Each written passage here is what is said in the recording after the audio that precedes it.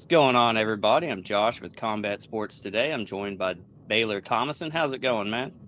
Doing good. How are you? Oh man, it's halfway through the work week. So Yes, that's that always a is good true. thing. That is true. So, I just got to give you a big congrats on that round three submission at Peak 49. thank you. I appreciate it, my man. Yeah, man, no, that finish was pretty slick. I mean, can you walk us through it from your perspective? So we knew he was a striker, and our game plan was to go in and just grapple him for 15 minutes straight. I mean, there were some exchanges on the feet that I was kind of worried about. I was like, okay, I need to get this down to the ground a little bit earlier towards the end of the fight. In the third round, coming out, my coaches were like, you got to take this dude down. There's no time. Like, we can't wait and strike with him in this third round. He's going to end up getting his range and getting his timing down. He's already found it in the second round, and we stuck to the game plan. That third round came, and we took him down, I think, within like 20 seconds. And then it was a wrap from there. I think within like a minute 30 into that third round, we ended up getting that submission. I'm just going to give the people a quick background real quick, just in case it's the first time coming across. You were catching up, some fans from the past that, are coming back to the fray. Yeah. You made your pro debut in May of this year. Yep. You're already 2-0 as a pro. In those, it's back-to-back Darces. So, I mean, that's slowly kind of becoming a signature move, wouldn't you say? Yeah. Yeah. I would say so. That front headlock series, man, I am, that's my go-to. My coach is a black belt in jiu-jitsu, and I get him with that on occasions. And that's my signature move is that front headlock series, and working into taking the back and stuff like that. That's my go-to. I mean, people are gonna know it now. I mean, I'm 2-0 going as a pro, and I have two finishes in that series. So I mean, it's hard to stop once it gets locked up, to be honest. So though, that's my go-to, and we'll see if we can keep doing that. We'll see. Then, I mean, and if that trend continues, are you going to look at changing the nickname maybe to include Darce in there somewhere? Some Maybe wordplay. I might need to do something with it. So we'll see. We'll see.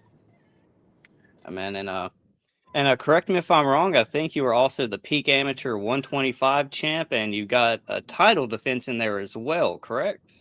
Yes. Yep. Yep.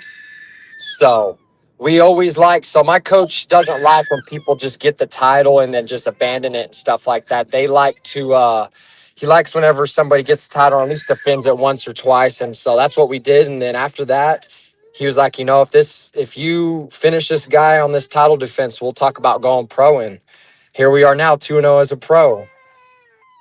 Yeah, I mean, it sounds like he's got a great system going. And Yeah. just kind of speaking on the amateur days and everything, how important is that time, in terms of building yourself as a fighter and testing yourself before turning pro? I believe it's very important. I watch a lot of these amateurs now kind of take easy fights. And I don't like that. I tell my people that I coach in my gym, take the hardest fights that you can as an amateur, because when you go pro, all that stuff wipes away, your record and everything else. So take the tough fights that make you want to train your ass off and work hard for it. And that's what we did. And I believe it's showing now. I'm 2-0 as a pro, got a 100% finish rate, and we plan on continuing that as we grow in my career. So, Absolutely. You're right on that trend to keep carrying everything on. And since we're kind of talking about the early days, let's go back even further. What got you into combat sports and what's lighting that fire to, switch to the pro level? I wrestled growing up my entire life, so it's always been in my background, that combat sport. I ended up doing jujitsu as well, and then my dad was here in Amarillo. We have these like shark fights, they used to call them, and he did them for a couple of years, and it's just been in the bloodline. And I kind of just wanted to continue the trend, so that's how it all began. Is just that wrestling, my dad, doing it and keeping that trend going. So. It's always cool to, have people that have, fighting or combat sports, in the bloodline carrying on that, legacy. That's always, Yeah. awesome to hear. Yeah. And kind of switching to more recent things, Peak's kind of wrapped up for the year, I do believe. What's the timeline looking for you to get back in there? Are you trying to get on that big January show, or any news you can give us or share Um, with us? you know, we are in the works on some stuff. I was looking at the January card. We're possibly maybe gonna try to hop on that. If not, we're gonna look into probably early next year, maybe March. And so that's what we're aiming for. No later than March is what we're aiming for. So we need to get that. I have one more fight on my contract, and then we'll see where we go from there. But yeah, no later than March. We want to try to get back in there as quick as possible, and keep on this trend that we're going and keep the fire rolling. Awesome, man. And kind of speaking of, looking into the future and next year and everything, what kind of pace are you trying to keep in 2026?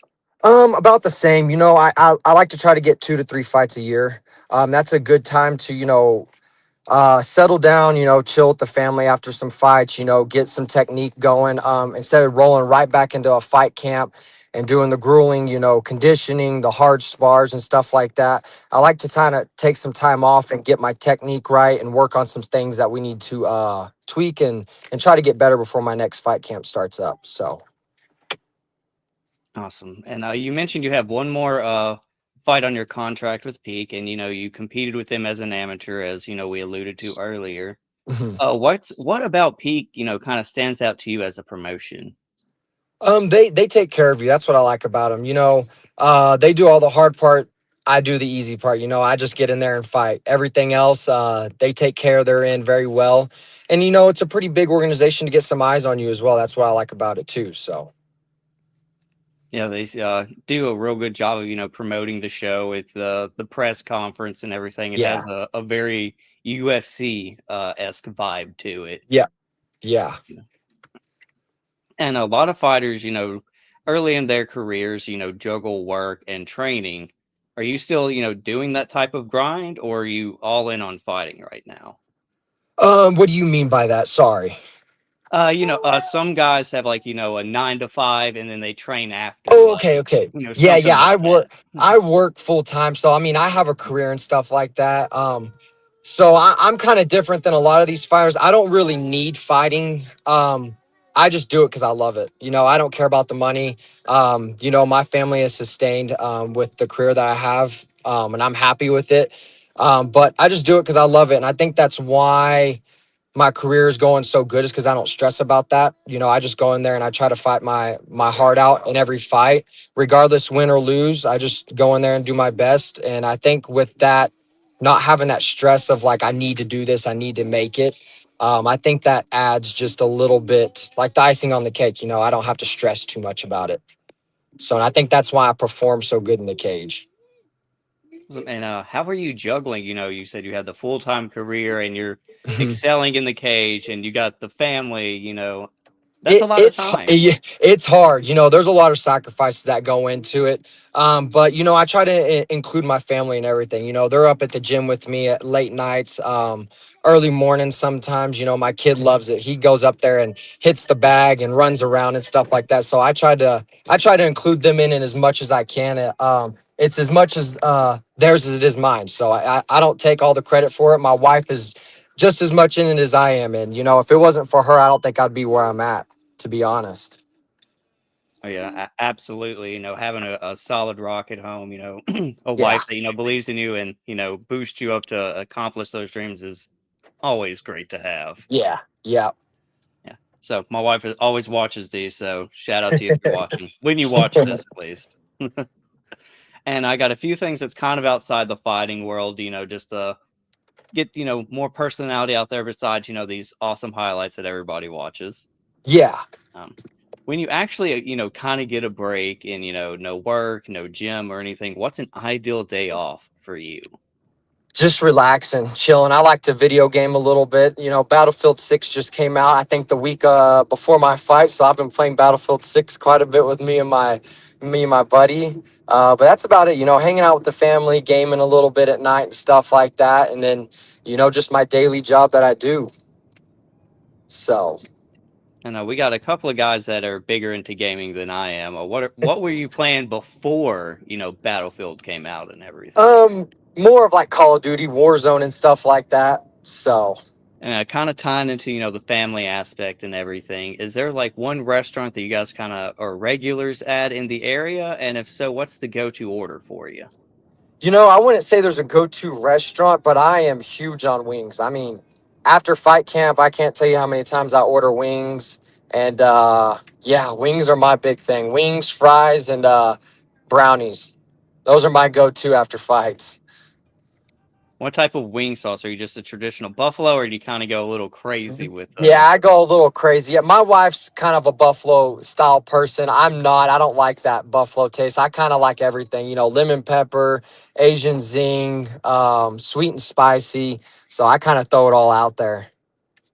I've been on the Nashville hot and Korean barbecue kick lately. And what's something, fans would kind of be surprised to learn about you? Just that I'm a hard worker, I'm dedicated to my family's number one, to be honest. I'm a family man. And I'm really proud to be a great father for them and a great husband to my wife. That's number one as always. God as well. I'm a great Christian man and I believe on my values and stuff like that. And then just everything else comes second. Um, and I believe that wholeheartedly, and I'm going to stand by that till the day I die.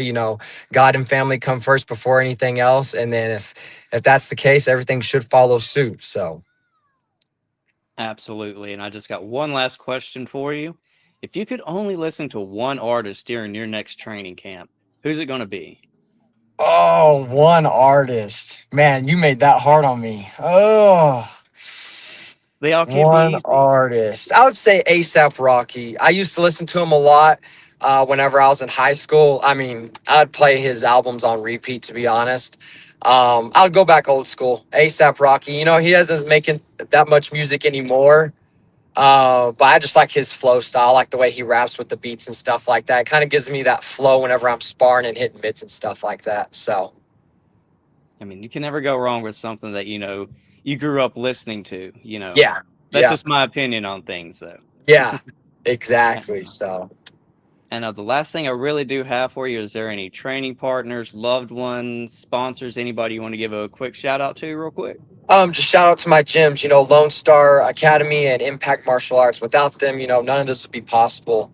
My coaches make it easy on me. They break down the fighters that I fight during fight camp, and I just show up and I'm kind of their dummy, and I just do what they tell me to do, and that's how we're winning these fights. So.